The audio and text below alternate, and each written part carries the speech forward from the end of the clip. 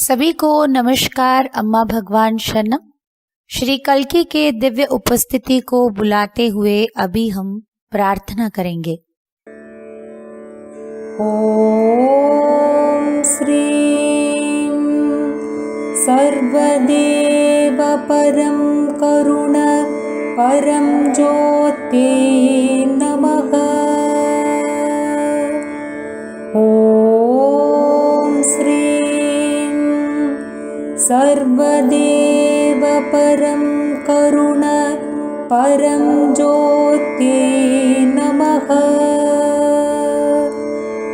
ओम श्रीं सर्वदेव परं करुण परं ज्योते नमः।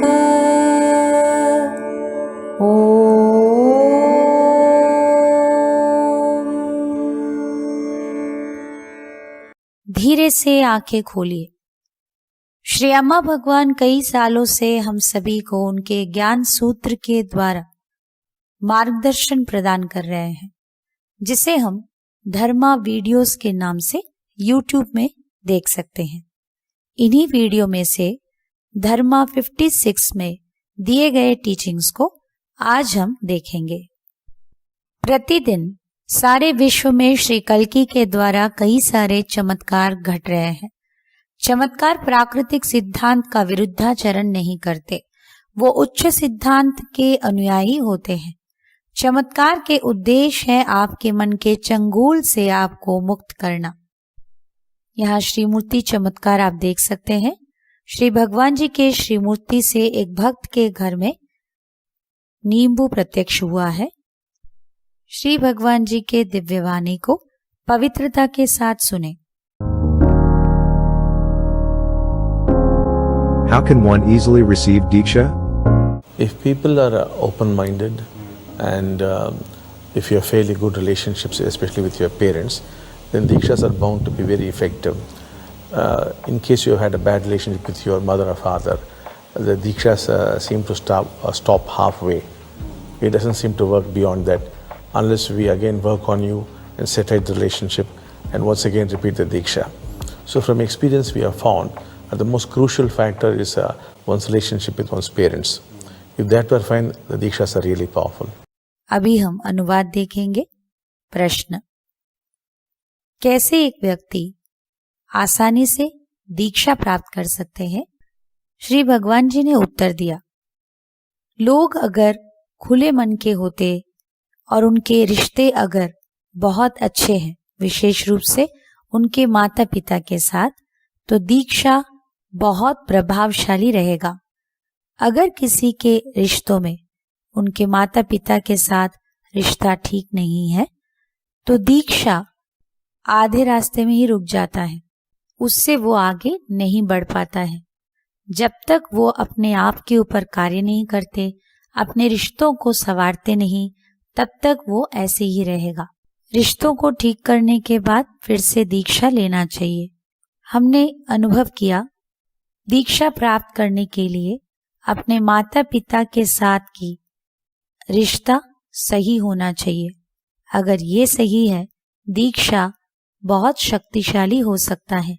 जीवन मुक्ति प्राप्त किए हुए व्यक्ति कैसे जीते हैं, श्री भगवान जी से सुनेंगे।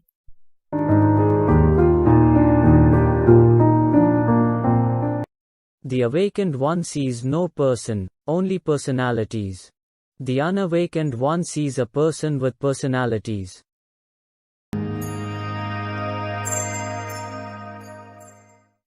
जीवन मुक्ता कोई व्यक्ति को नहीं देखते, बल्कि व्यक्तित्व को देखते हैं। मुक्ति ना पाने की अवस्था में व्यक्तित्व के साथ व्यक्ति को देखते हैं। पानी बह रहा है, बहने वाला पानी है, उसे हम पानी बह रहा है करके बोल सकते हैं। धीरे धीरे हमने वहां पर नदी के एक कॉन्सेप्ट, एक धारणा को बनाते हुए हम पूछते हैं, क्या नदी में पानी बह रहा है? ऐसे कैसे कह सकते हैं? नदी जिसमें पानी बह रहा है, तो हमने नदी की जो धारणा बना लिया है, ठीक वैसे ही हमारे अंदर एक व्यक्ति बैठे हैं, हमेशा हमारे भीतर कोई व्यक्ति है जिनको कुछ व्यक्तित्व है, ऐसे हम सोच रहे हैं, किंतु सत्य वो नहीं है। केवल आपके अंदर कुछ व्यक्तित्व है। मुक्ति पाए हुए व्यक्ति के लिए केवल व्यक्तित्व दिखते हैं, वो वहां पर कोई व्यक्ति है करके देखते नहीं। जबकि मुक्ति ना पाने की अवस्था में व्यक्ति को वो बहुत अच्छी तरह से महसूस करते हैं और सोचते हैं कि इसी व्यक्ति के साथ साथ कई सारे व्यक्तित्व हैं। ये व्यक्तित्व समय और परिस्थिति के अनुसार उत्पन्न होते हैं, किंतु मुक्ति ना पाने की अवस्था में ये व्यक्तित्व निर्भरशील है। निर्भरशील होकर उत्पन्न होना और लुप्त होने को वो नहीं देख पाते हैं, क्योंकि हमेशा उनके अंदर एक व्यक्ति है, इसीलिए वो ये देख नहीं पाते हैं। अभी हम टाइमलेस इनसाइट्स को देखेंगे। सभी मनुष्य उत्तेजना से कार्य करते हैं। हम सभी हमारे अनकॉन्शियस माइंड, अचेत मन के नियंत्रण में है। हमारे भीतर ऐसे कई सारे अनरिजॉल्व चार्जेस जो अभी तक सुलझे नहीं, ऐसे कई सारे चार्जेस हमारे अचेत मन में है और ये समय समय पर हमारे रिश्तों में बाहर आते हैं। जैसे ही आप किसी से बात कर रहे हैं, किसी से रिलेट कर रहे हैं, तो अचानक उनके चेहरे के हाव भाव देखकर या उनके हरकतों को देखकर, कार्य या उनके बातों को देखकर आप ट्रिगर हो जाते हैं। जब भी आप किसी भी चीज को लेकर अपने बारे में अनकंफर्टेबल फील करते हैं, तो आपको जानना है कि आपके अनकॉन्शियस ऑटोमेटिकली ट्रिगर हो जाता है और वो आपके सामने वाले व्यक्ति के अनकॉन्शियस को ट्रिगर कर देता है, जिसके वजह से वो किसी निर्दिष्ट प्रतिक्रिया आपको देते हैं। उदाहरण के लिए, आप अपने पति के साथ कोई इंपॉर्टेंट बातचीत कर रहे हैं और वो आपको रिस्पॉन्ड ठीक से नहीं कर रहे हैं और वो आपको एक सरकास्टिक स्माइल दिए हैं। जैसे ही आपने उनकी वैसे हरकत देखा तो आपको तुरंत ही ट्रिगर हो गया है और आपने वहां पर कह दिया, मुझे पता है मेरे बातों का कोई इंपॉर्टेंस नहीं है, कोई सम्मान नहीं है, तुम हमेशा ऐसे ही हो। जैसे ही आपने हमेशा कहा, वो हमेशा शब्द उनको ट्रिगर कर दिया, तो वहां से वो भी भड़कना शुरू किए। ऐसे हम अपने भीतर ट्रिगर हो जाते हैं और दूसरों को ट्रिगर करते हैं और वो वापस हमें ट्रिगर करते हैं। ऐसे ही हम सभी उत्तेजना के साथ कार्य कर रहे हैं। अगले भाग में अहम भाव प्रज्ञा को नाश करती है। हम इसी अहम भाव के कारण आघात पाते हैं। उदाहरण के लिए, एक टीचर स्कूल में आपको हर्ट किए, आपकी ईगो को हर्ट फील हुआ, तो जब नेक्स्ट टाइम आप उनके क्लास में बैठे हैं, आप उनको सुन ही नहीं पा रहे हैं, तो किसका लॉस हो रहा है? आप ही का हो रहा है। आप अपने माँ से हर्ट हो गए, आप कुछ भी वो अच्छे से बात करते हैं तो भी आपको बुरा ही लगता है और आप उनके बातों के विपरीत कुछ करते हैं क्योंकि आप हर्ट हो गए। जब आप हर्ट होते हैं, आपके विवेक को आप खो देते हैं, तो आप जो उनको नहीं चाहिए, जो वो आपको बोल रहे हैं, उसके ऑपोजिट कर रहे हैं, क्योंकि आपके अटेंशन जो भी गलती हुआ उससे सीखना नहीं, बस आप अपने आप को, अपने अहम भाव को प्रोटेक्ट करना चाहते हैं, जिससे आपकी प्रज्ञा नाश होता है।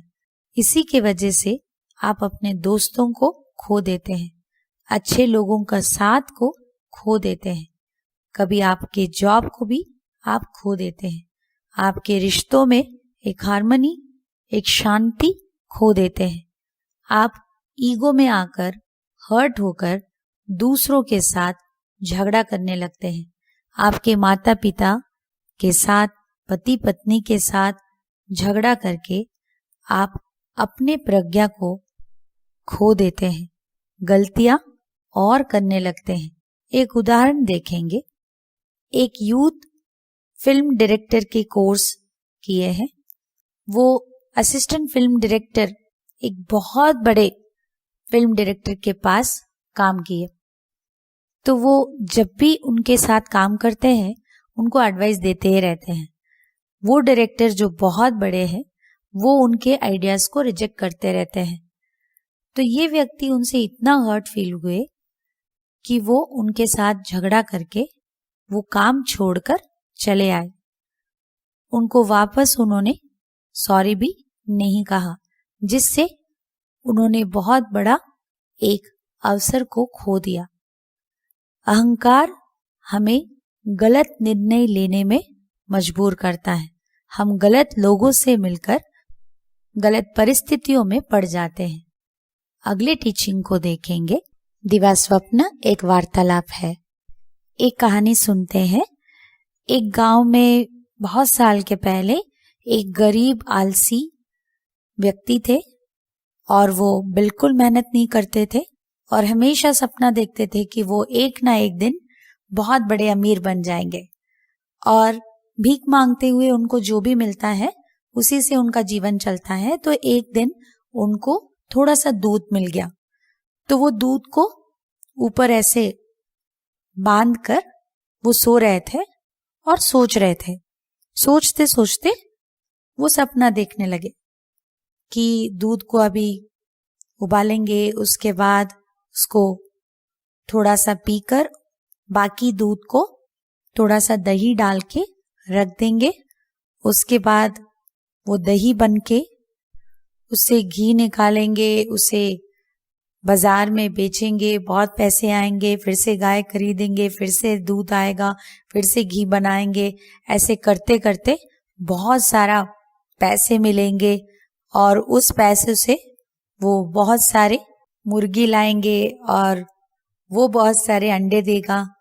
उसके बाद बहुत सारे मुर्गी और बहुत सारे अंडे और बहुत सारे पैसे। ऐसे कल्पना करते करते उन्होंने देखा कि उनके घर में बहुत सारे गाय, बहुत सारे मुर्गी और बहुत सारा दूध, बहुत सारा घी, और वो बहुत अमीर बन गए और ढेर सारा जेवर उन्होंने खरीद लिया और वो बहुत सुंदर लड़की से शादी करके और आराम से जीवन को बिता रहे हैं और उनके बच्चे भी हो गए।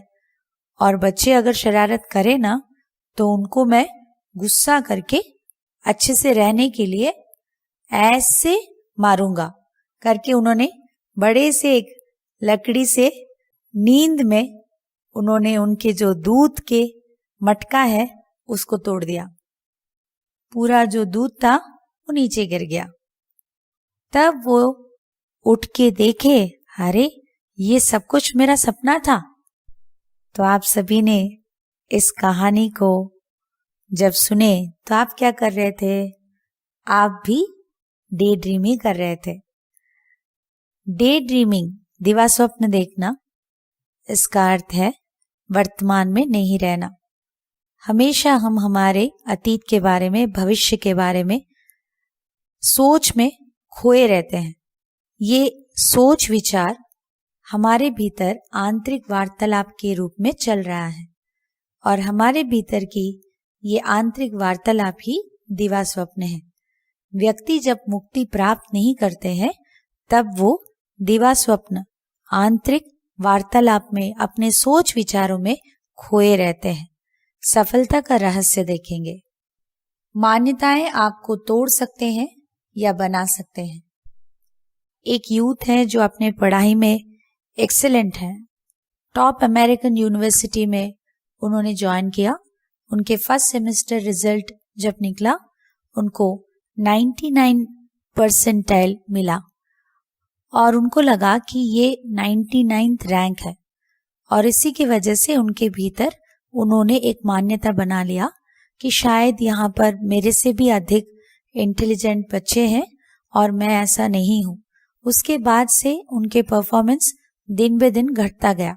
उनके प्रोफेसर ने सोचा कि ये क्या हो गया, दूसरे सेमेस्टर में ये इतने खराब कैसे कर रहे हैं। तो वो उनको बुलाकर बात किए। तो तब उन्होंने कहा, हाँ, जो व्यक्ति 99th रैंक में रहेंगे वो ऐसे ही पढ़ेंगे ना। तो प्रोफेसर उन्हें समझाते हैं कि आप पूरे यूनिवर्सिटी के टॉप मोस्ट 1% जो बच्चे हैं उनमें हो, तुम गलत सोच रहे हो।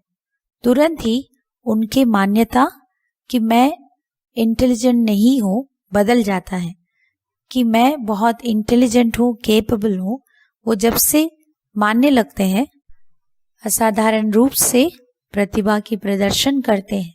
एक लड़की है जिनको लगता था कि सफलता उनके साथ हमेशा नहीं रहता। वो MS कॉस्मेटोलॉजी US में किए हैं और अच्छे से उन्होंने नौकरी भी किया है। जीवन में सब कुछ अच्छा चल रहा था। उनके माता पिता ने उनके शादी कराने के लिए वो वापस उनके गांव में बुला लिए। उनके शादी अच्छे परिवार में भी कर लिया और अभी वो एक हाउसवाइफ बन गए। और उनके US लाइफस्टाइल को देखकर अभी जो शहर में वो रहते थे वो सब कुछ ही उनको बहुत बुरा लग रहा था। उनको लगा कि जो भी सफलता वो जीवन में प्राप्त करते हैं वो उनके साथ कभी नहीं रहता। कुछ समय के लिए वो बहुत ऊंचे स्तर पर पहुंच जाते हैं, फिर से नीचे आ जाते हैं। एक प्रक्रिया में भाग लेने के समय पर अम्मा भगवान ने उनको कारण दिखाया। बचपन में स्कूल में वो स्पोर्ट्स कैप्टन हुआ करती थी, तो उनके टीम ने जब स्पोर्ट्स कप जीता था, उनको एक शील्ड और कप मिला था और उनको बताया गया कि 6 महीने के लिए आपके साथ रहेगा। उसके बाद के कंपटीशन में जो भी जीतेंगे उनको आपको देना है। तो उनको बहुत बुरा लगा कि ये शील्ड और कप वो हमेशा उनके साथ रखना चाह रहे थे, तो उनको नहीं देना था। तो उनके स्पोर्ट्स सर ने उनको समझाया, तुम जब ये कप और शील्ड को दोगे, दूसरे भी अपने सक्सेस को एंजॉय करेंगे, केवल तुम ही सक्सेस को पकड़ के रखोगे तो कैसे होगा। तो ये बातें उनके भीतर रिपीट होने लगे और उन्होंने वैसे ही दे दिया और वही उनके भीतर एक मान्यता बन गया। हमारी मान्यता जैसे होता है वैसी ही घटनाएं हमारे साथ होते हैं, जैसे उनके साथ हुआ। परमज्योति अम्मा भगवान ने उनके भीतर के ये चार्ज को निकाल दिया, उनके मान्यता से भी उनको मुक्ति प्रदान किया। अभी वो जीवन में सफलता को लगातार अनुभव कर रहे हैं। सफलता उनके साथ ही है क्योंकि उनके बिलीफ बदल गया है। अभी हम आगे बढ़ेंगे, जीवन के बारे में श्री भगवान जी की शिक्षा को देखेंगे। Shri Bhagavan, how to control the mind? Controlling the mind is impossible to achieve. You can only be free of the mind, because the more you try to control the mind, the more it would go out of control, and in ensuing battle, you are sure to be the loser. If somebody ever fights the mind, it always wins, because as you fight with the mind, it takes away your strength and becomes stronger. The only way you could become free of the mind is to closely watch it. If you keep watching it in a very friendly way without judging, condemning or commenting, it soon becomes very weak and slowly becomes quieter. If you make friends with the mind, it won't trouble you. But if you try to run away or fight against it, then it will keep troubling you.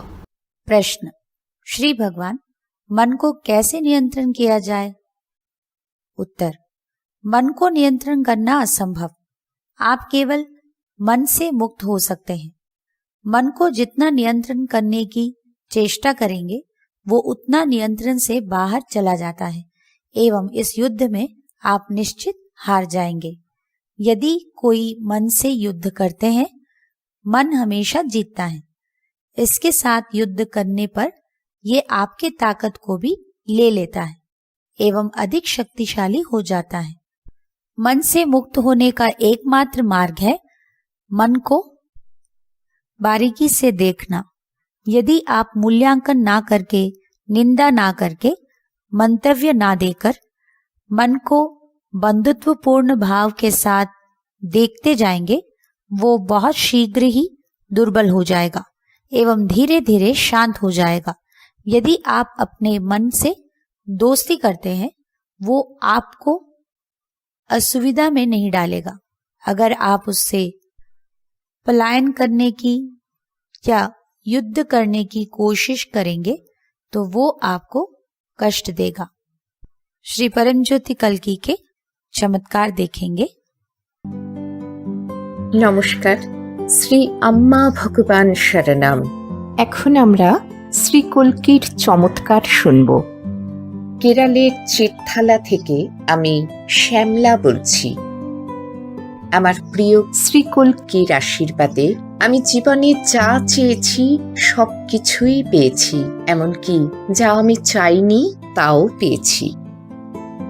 আমি নেমাম ও সত্যলোকে অনুষ্ঠিত সকল home, যজ্ঞ, পূজা এবং প্রক্রিয়ায় অংশগ্রহণ করি। আমার দৃঢ় বিশ্বাস শ্রী কল্কি আমার সব কিছুতেই সহায় থাকবেন। আমি এমন একটি চমৎকারের কথা বলতে চাই যার মাধ্যমে শ্রী কল্কি আমার জীবনে অসম্ভবকে সম্ভব করে দেখিয়েছেন। শ্রী কল্কির আশীর্বাদে সুপাত্রের সাথে আমার কন্যার বিবাহের পাকা কথা হয়েছিল, কিন্তু বিবাহ অনুষ্ঠানের আয়োজন করার মতো আর্থিক সামর্থ্য আমার ছিল না। আমার অন্তরের বাসনা ছিল যে কন্যাকে অনেক গহনায় সুসজ্জিত করে বিবাহ দিতে ও তাকে একটি গাড়ি উপহার দিতে, কিন্তু আমার সেই রকম সামর্থ্য ছিল না। আমি ভক্তপরাধীন শ্রী কল্কির কাছে অটল বিশ্বাসে প্রার্থনা করতে থাকি এবং হঠাৎই চিন্তামুক্ত হয়ে যাই। আমি এই বিরাট কর্মকাণ্ডের দায়িত্ব সত্ত্বেও একেবারে নিশ্চিন্তে ছিলাম। এটা দেখে আমার পরিবারের সদস্যগণ খুবই বিস্মিত হয়েছিল।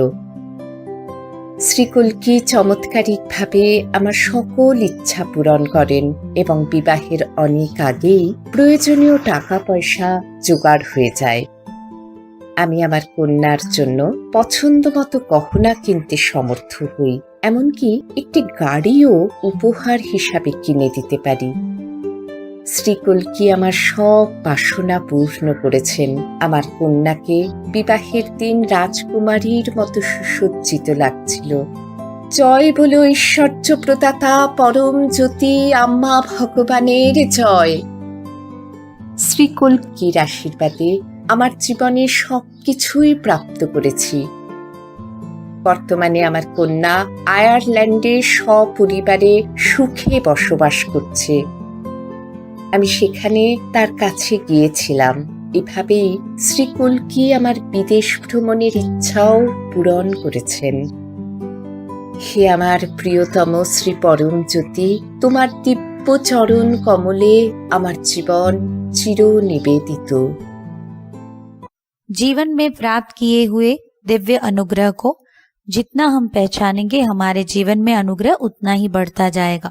चलिए अभी हम सभी आंखें बंद रखते हुए हमारे जीवन में प्राप्त किए हुए चमत्कार को सोचेंगे और आज के टीचिंग के बारे में हम मनन करेंगे।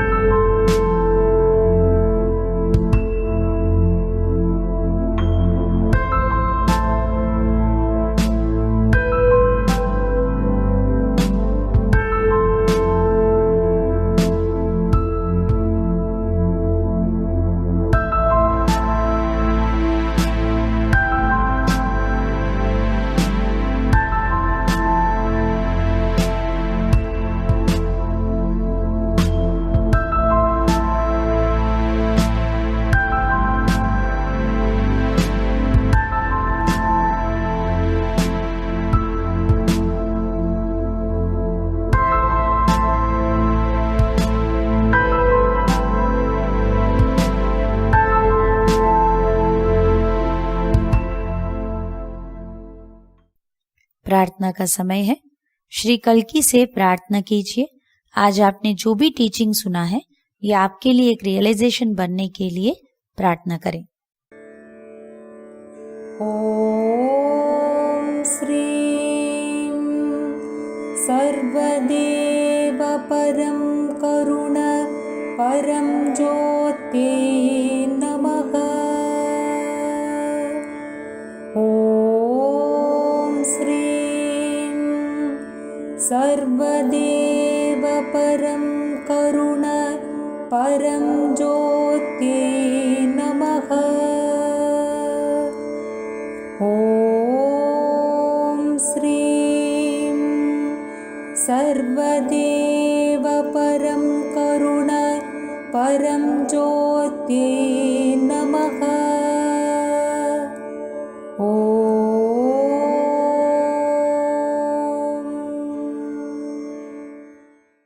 भजन संकीर्तन में भाग लेते हुए कल्की चैतन्य से जुड़ने के लिए और उनकी कृपा प्राप्त करने के लिए प्रार्थना करें।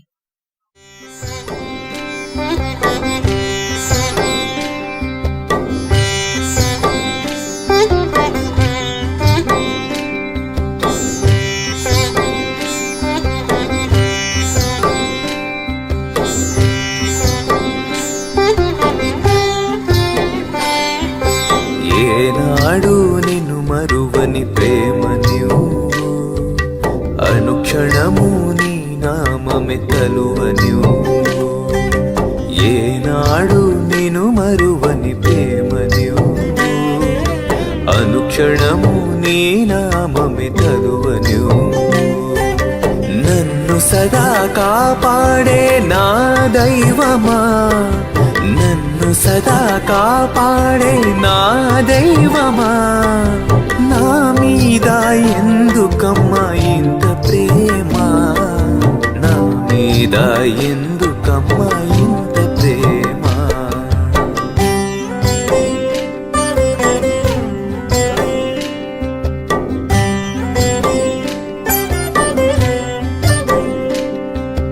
నీ దర్శన భాగ్యముతో నిండు శాంతము, నిన్నే చూస్తూ ఉంటే మదిలో పరవశం.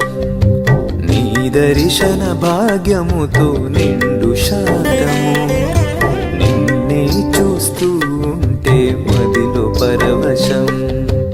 ఎల్లప్పుడు నాతోనే ఉండిపోవా, ఎల్లప్పుడు నాతోనే ఉండిపోవా, నాలో నా నీవెప్పుడు నిండిపోవా, నాలో నా నీవెప్పుడు నిండిపోవా. सभी को नमस्कार। अम्मा भगवान शरणम।